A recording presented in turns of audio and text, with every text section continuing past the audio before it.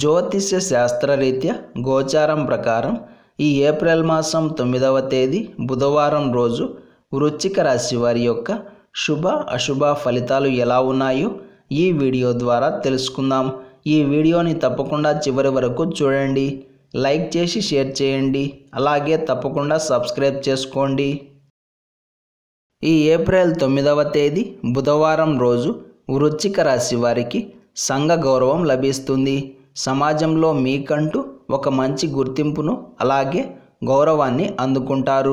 సన్మానాలు జరిగే అవకాశాలు కూడా గోచరిస్తున్నాయి. గతంలో మీరు చేసిన మంచి పనులకు గాను ఇప్పుడు గుర్తింపు లభించే అవకాశం ఉంది. బహుమతులు అంది వస్తాయి. ఇక కుటుంబ పరంగా కూడా చాలా బాగుంటుంది. ముఖ్యంగా జీవిత భాగస్వామితో ఉన్న గొడవలకు చెక్ పడే అవకాశం ఉంది. మనస్పర్ధలు తగ్గుతాయి. ఒకరిని ఒకరు అర్థం చేసుకోవడంలో సఫలీకృతులు అవుతారు. సంసారాన్ని ముందుకు తీసుకెళ్లడానికి, సమస్యలను పరిష్కరించుకోవడానికి ఏమి చేస్తే బాగుంటుంది అన్న అంశంపై చర్చలు కూడా జరుపుతారు. ఆర్థిక సమస్యల నుండి బయటపడడానికి కావాల్సిన ప్లాన్స్ వేయడంలో కూడా సఫలీకృతులు అవుతారు. ఒక్క మాటలో చెప్పాలంటే ప్రతి చిన్న సమస్యను కూడా సాల్వ్ చేసుకునే విధంగా ముందడుగు వేస్తారు. వృత్తి, ఉద్యోగ మరియు వ్యాపారాల పరంగా సాఫీగా సాగిపోతుంది. ఒత్తిడి కాస్త తగ్గుతుంది. మీ బాస్ నుండి ప్రశంసలు అందివస్తాయి. మీకు అప్పజెప్పిన పనులను టైం టు టైం పూర్తి చేయగలుగుతారు. మొత్తం మీద వృశ్చిక రాశి వారికి ఈ రోజంతా కూడా అన్ని రకాల పనులు సక్రమంగా పూర్తయ్యే అవకాశాలే కనిపిస్తున్నాయి. కాబట్టి ఈ రోజుని తప్పకుండా సద్వినియోగం చేసుకోండి. ముఖ్యమైన వ్యవహారాలు ఏవైనా ఉంటే అలాంటి వాటి మీద కూడా దృష్టి పెట్టడం అనేది మంచిదే అవుతుంది. ఆర్థిక పరంగా కూడా బాగానే ఉంటుంది.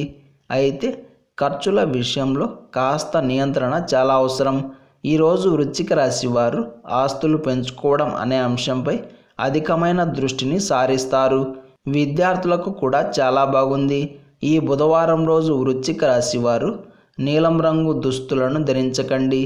అనునిత్యం రామనామాన్ని జపిస్తూ ఉండండి. ఎవరైతే శ్రీ సుబ్రహ్మణ్య స్వామివారిని పాలతో అభిషేకించి నీలిరంగు పుష్పాలతో అర్చన చేసి నెయ్యి దీపం వెలిగిస్తారో వారందరికీ కూడా ఖచ్చితంగా ఉత్తమమైన సంతానం ప్రాప్తిస్తుంది. సత్సంతానం కలుగుతుంది. సంతానం ఉన్నవారికి ఆ పిల్లల వలన సమాజంలో ఒక మంచి గుర్తింపు, గౌరవం, మర్యాద అన్నీ ప్రాప్తిస్తాయి. కొంతమంది మా సంతానం మా మాట వినడం లేదు అని క్షోభపడుతూ ఉంటారు, ఎక్కువ బాధపడుతూ ఉంటారు. అలాంటి వాళ్ళు కూడా సుబ్రహ్మణ్య ఆరాధన చేయవచ్చు. కుమారస్వామి అనుగ్రహం వలన చెడు వ్యసనాలకు బానిసలైన మీ పుత్రులు మరలా తిరిగి మంచి మార్గం వైపు అడుగులు వేస్తారు.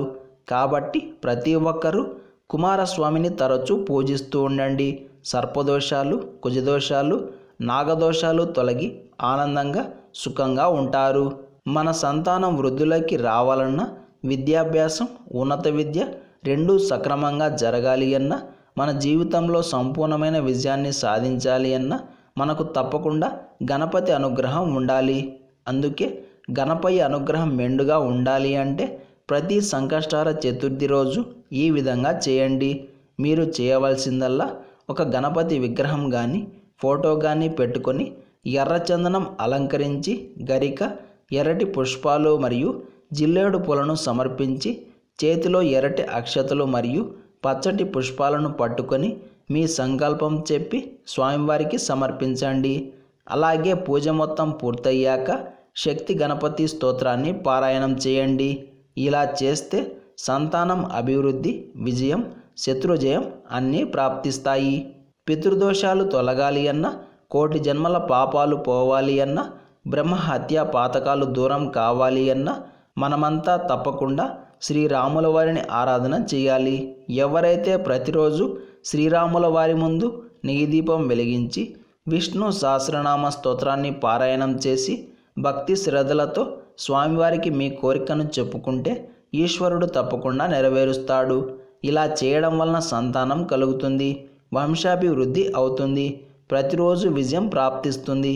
ఇలాంటి సమాచారం ప్రతిరోజు మీకు వీడియో రూపంలో అందాలంటే వెంటనే మా ఛానల్ని సబ్స్క్రైబ్ చేయండి. అలాగే బెల్ బటన్ని యాక్టివ్ చేసుకోండి.